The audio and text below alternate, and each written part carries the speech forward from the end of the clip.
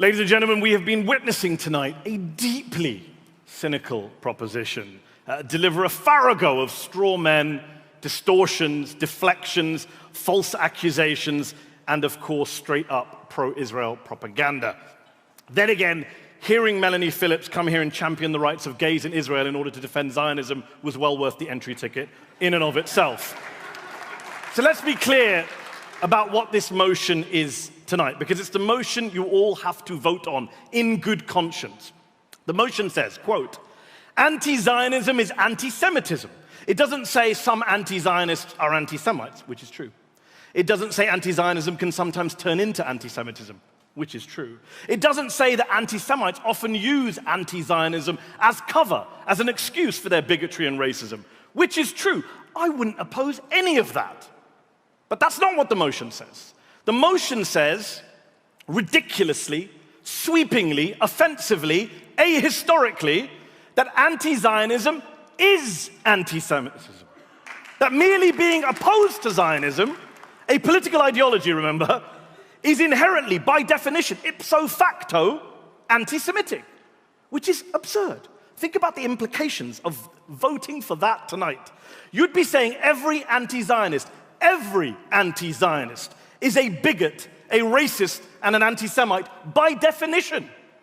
Even the many Jewish and Israeli anti-Zionists. So Ilan, Jewish historian, born and raised in Israel, served in the Israeli military. He's an anti-Semite. That's what they want you to believe. That's what they want you to vote for tonight. So is the former Speaker of Israel's own parliament, the Knesset, Avraham Berg. Melanie would say he's a self-hating Jew. So is my Intercept colleague, Naomi Klein, the acclaimed author and climate change activist. So is Noam Chomsky. He's an anti-Semite as well.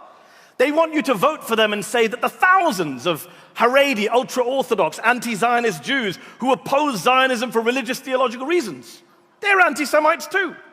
That's what they want. That is what they are asking you to vote for tonight. It's absurd and it's ahistorical. Don't take my word for it. Listen to the 35 top Israeli Jewish scholars and academics, historians of the Holocaust, who came together just a few months ago and published an open letter in which they wrote, and I quote, many victims of the Holocaust opposed Zionism. On the other hand, many anti-Semites supported Zionism. It is nonsensical and inappropriate to identify anti-Zionism with anti-Semitism. End quote. Are they anti-Semites too? Really? All 35 of them? By the way, in terms of the history they refer to in their letter, it is an undeniable, indisputable fact that many, many European anti-Semites, as Ilan alluded to, did support Zionism at the outset. They did embrace the founder of Zionism, Theodor Herzl, because for their own selfish racist reasons, they shared his goal of treating Jews as a foreign, separate nation and getting them out of Europe.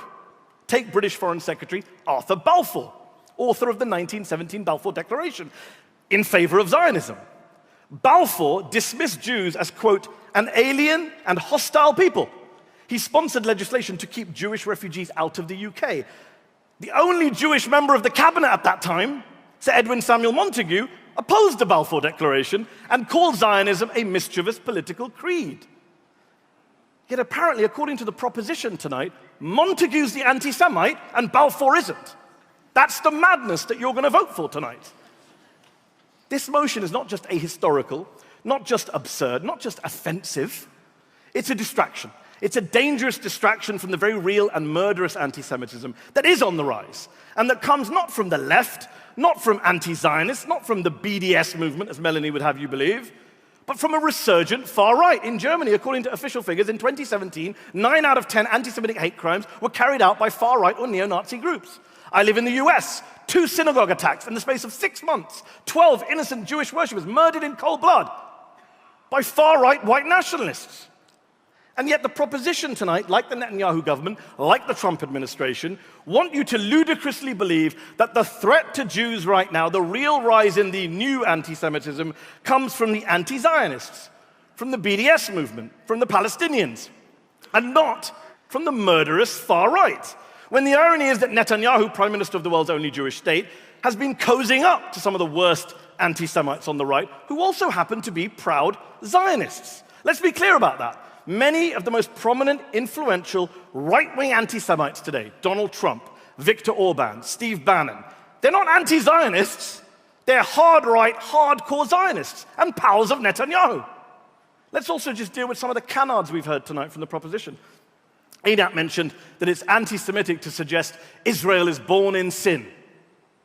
Every black American I know says to me and says to everyone else that the United States was born in sin.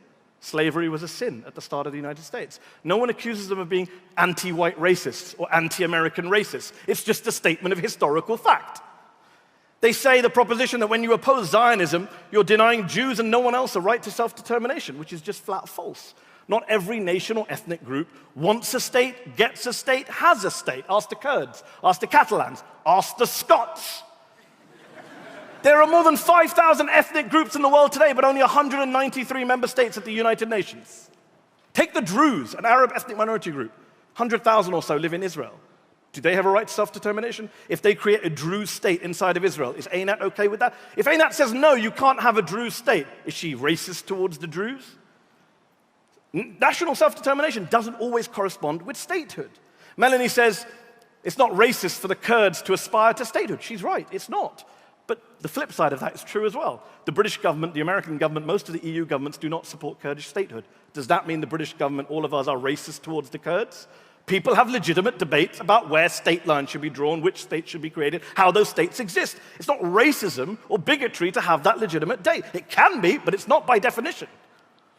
The issue is not whether Jews deserve a homeland or have a historic connection to the land of Palestine. Of course they do. The issue is whether those historic and religious claims justify creating and expanding a Jewish majority state in which one ethnic group is privileged over another, while another group is permanently disenfranchised, dispossessed, and subjected to endless military occupation. That's what we're here to oppose tonight. Nothing more, nothing less. And has the proposition even stopped to ask what it means to say to that oppressed group, the Palestinian people, to say to them that you're either a Zionist, you either subscribe to the ideology of your oppressor, or you're a racist? What kind of choice is that?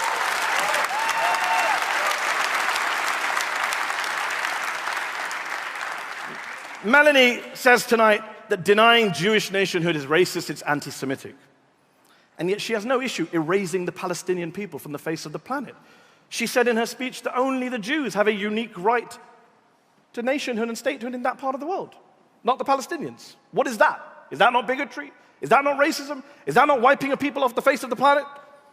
But this is what you'll be voting for tonight if you vote for the proposition. This is what the Israeli, pro-Israeli argument has always been: to silence the Palestinians, to silence their opposition to occupation, to silence their resistance as Palestinian citizens living inside of Israel to a nationalistic ideology which treats them like second-class citizens, which denies them many of the rights and privileges of the majority.